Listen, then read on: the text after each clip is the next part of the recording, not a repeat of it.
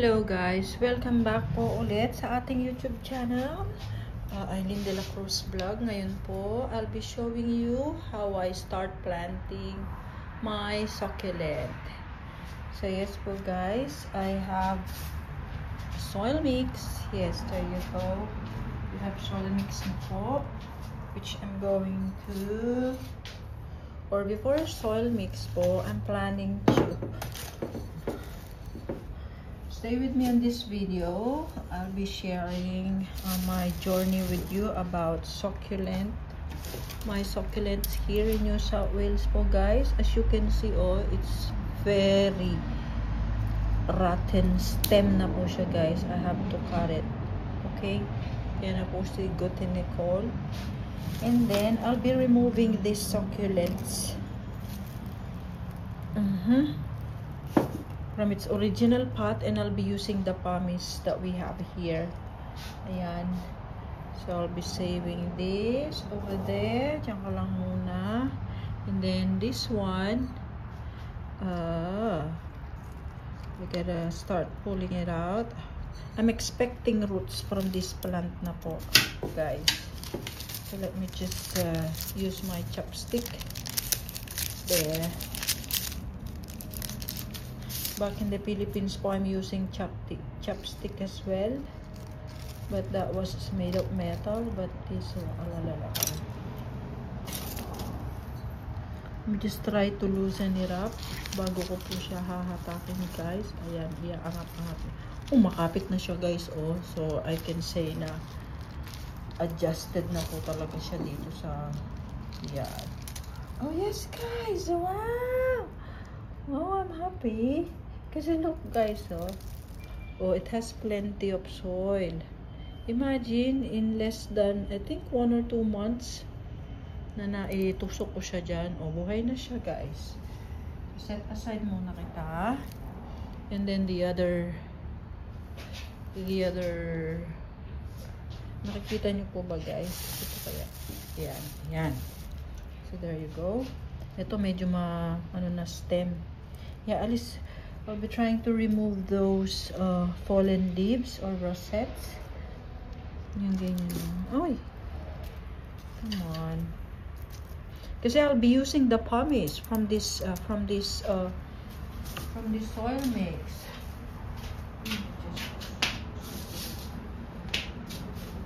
Ay. Wait lang po guys. I'm wanting to use a slipper or flip-flop. Okay guys, malis lang ako saglit, nagpalit ako ng slipper. Manipis kasi yung pambahay kong slipper. So now, what I'm planning to do is I'll be using this pumice. Ilalatag ko po siya sa ilalim. So wala eh. I'm trying to anong tawag doon? Hugutin. Pull out these stems. Uy, oy. Ay! Nalalaglag na siya, guys. Ay, rotten na to. It won't survive. So, let's check what inside. It's flowering pa naman, oh. As you can see, guys. It's been a while. Should I cut the flower? Maybe, yes. Come on. I'll have you here.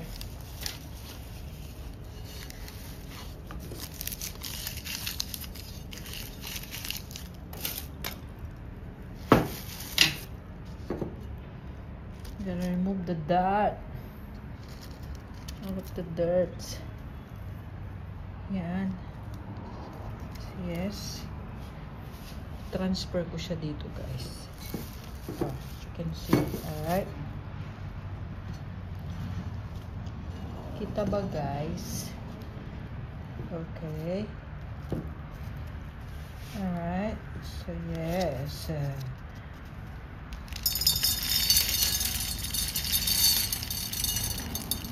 Diba? I'll be removing those dirt. Okay. And this one. Alright.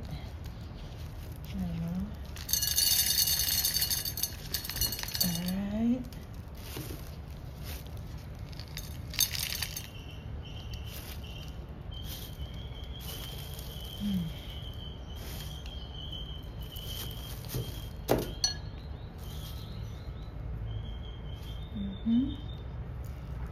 Rosette Saffron. This one has ano na roots already. So yes.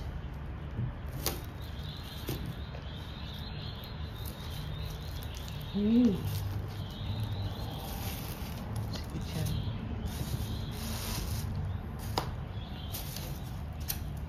Ito yung gagamitin ko kasi, guys.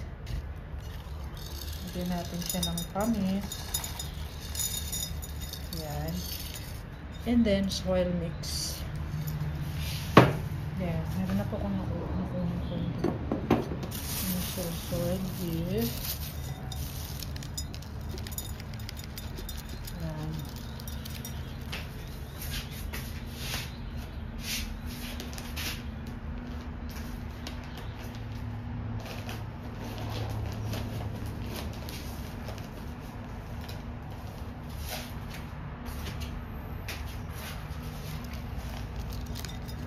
Alright, so guys, I think this would be enough. Ayan this would be enough. And then I'm going to stick in the plants with Rutanicole in here. Saka ko siya, and I will add some more soil mix. Para maging, so my new plant will be sturdier. Sturdy. Okay, ito na po siya, guys. Alright. Let me just cut this out. Yun, yan I remove this, first the camera. Yan. I remove it po. I-zoom out na natin ng konti. Yan. So, okay na din yun, guys. Para nakikita nyo kung anong ginagawa ko. Okay. So, we're gonna make hugot. Batak. I'll pull it out. Oh my God. Sumasama talaga. All of the soils are, they are sticking to the, of course, it has plenty of roots with compressed soil mix and pumice with it. Okay. Alright. Oh God. What am I going to do? Uy! Teka nga.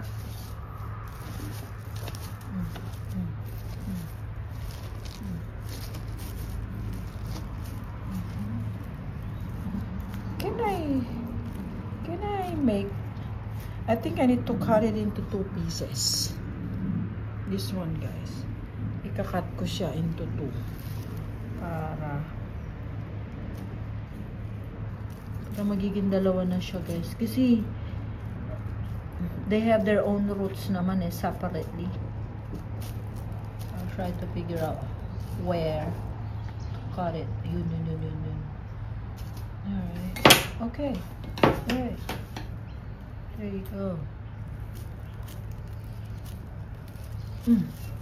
Ay, naputol na siya, guys. Ano ba yan? Naputol siya, guys, kasi rotten na yung stem niya. Oh, that's sad. Okay. So, meaning, my plant's really crying for help. Na po talaga, diba? Alright. So, yan, dyan ka. And this one, ang dami niya pa na maugat, guys. Siguro mabubuhay pa to. I'll leave it here na lang, guys. Tapos, alright. May can you see it? Okay. I hope you are seeing it. So, lalagay po natin siya dyan sa ilalim. And then, I'll be trying to transfer some soil mix kasi I'm seeing Osmocote from this soil mix, guys. So, I'll be transferring some soil. Kasi kilala niya itong soil mix na to. Diyan siya tumaba at nagkasakit. And then, okay. And then, the new soil mix.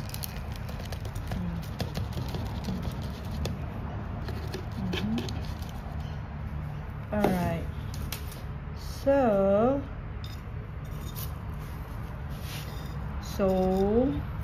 isang halaman, isang paso. I should have bought more pots. This is my pot. Should have bought more.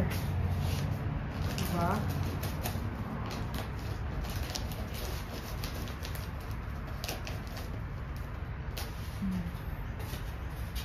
So, needing more soil mix on this side.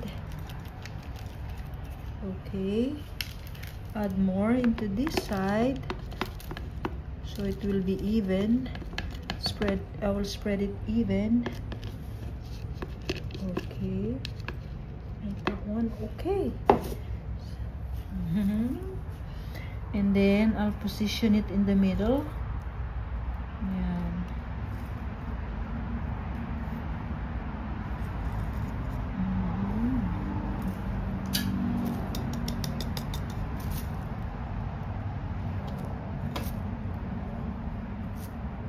What do you think, guys? Kailangan ko na po bang putulin itong bulaklak niya? Kasi it's been here for a while. Putulin ko na kaya? Putulin ko na, no, guys. Ay, mamaya na lang. Gawan ko ng video. Separate video.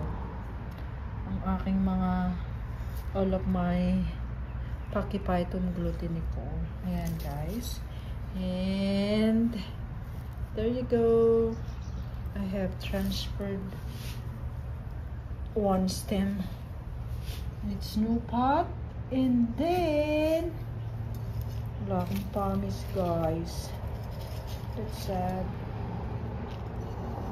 I cannot use them. Okay, so I guess saka ko na lang once I will buy pumice stones. I will decorate it on top of my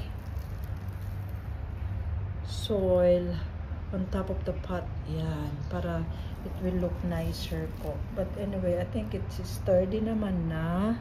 Let me just press a little bit. Yan, there you go.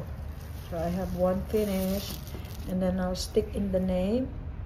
Okay, stick in the name here. I remember I bought one of these back in the Philippines that I haven't used yet. Try to figure out kung saan ko na yun na ilagay, guys. So yeah.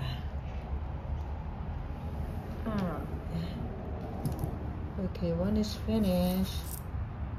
Alright, so the second one will be, so since I still have this one, guys, kailangan may ilagay ako dito. But before that, dito naman, the bottom part, I need to have pumice, so the soil will stay inside intact, and then add the soil mix. I'll show you po. There, ganda-ganda niya na, no? Aha, one finished, one down, and I still have one more, and this is the original pot, and I'm thinking to transfer it back here sa paso niya po. Okay.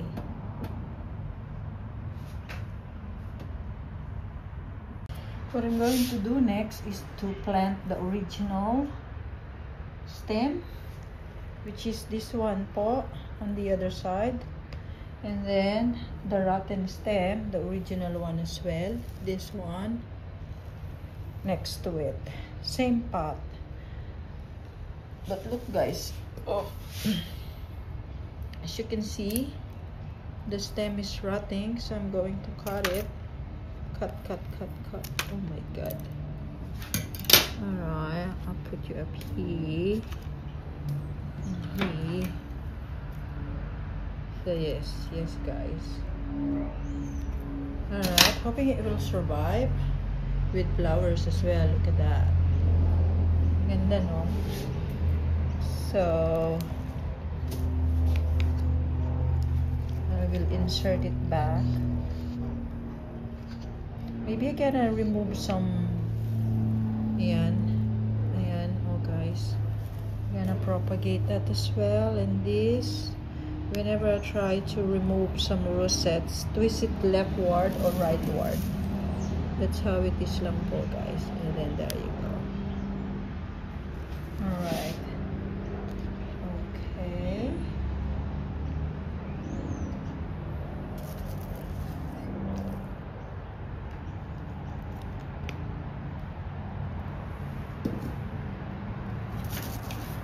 I'm going to cut this as well.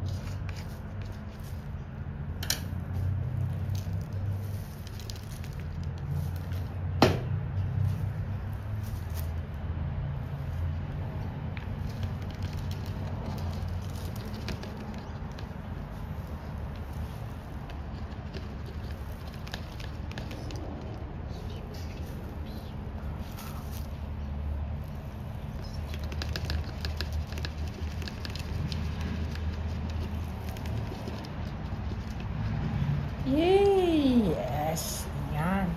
And then, I'm going to make it more sturdier by pressing it a little bit here like this. Ayan na po, guys. Ayan. Ayan. There you go. So, I have a new one. Okay. With flowers. Isn't it beautiful? Okay. So, same pot din po siya. It's the same pot. Original pot. Okay. Alright. And then, next is, oh my god, I forgot I have the other one that was falling out. You know, guys. Okay. Okay. And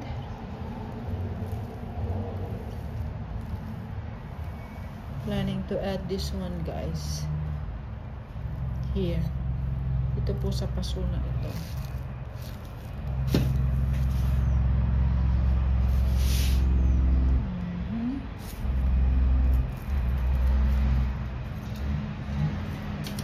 Better?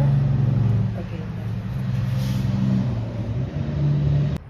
Anyway, guys, thank you so much for watching my vlog. And yes, I'll be ending the video now because I'm planning to do a live stream po afterwards. So here they are, I should say. And most important is I have a brand new one and that one, and then I'll be transferring some other succulents here, and I'll give you a quick peek about the first one that I bought. Ayan po siya, guys. So there are some varieties there that needs to be pulled out para po ma-transfer ko rin siya. And my blue haze, Pachyphyton blue haze, that one po in violet pot. It's thriving good in the cold weather and looks healthy anyway, so I won't be touching them for the meantime. Stay as it is lang po muna siya. Okay? Thank you for watching my videos and stay safe, everyone. And yeah, see you on my next vlog. Bye.